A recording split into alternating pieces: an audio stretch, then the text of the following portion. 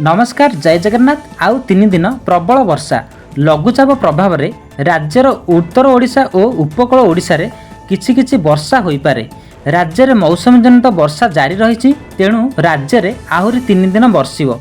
किछि स्थान में बिजुली घड़घड़ी सह 30 ରୁ 40 बेगर पवन बहवा संभावना रही। एने आज 4 जिला को येलो वार्निंग जारी करछि। से जिला गुड़िक होउछि सुंदरगढ़, मयूरभंज, केन्दुझर और बालेश्वर। सेहीपरि आसंता काली उपकूल उत्तर अभ्यंतरण ओडिशार 20टी जिले में हालुकारु मध्यम धरण वर्षा नहीं येलो वार्निंग जारी करछि। तेबे गतकाली मध्य विभिन्न जिले में प्रबल वर्षा होइथिला।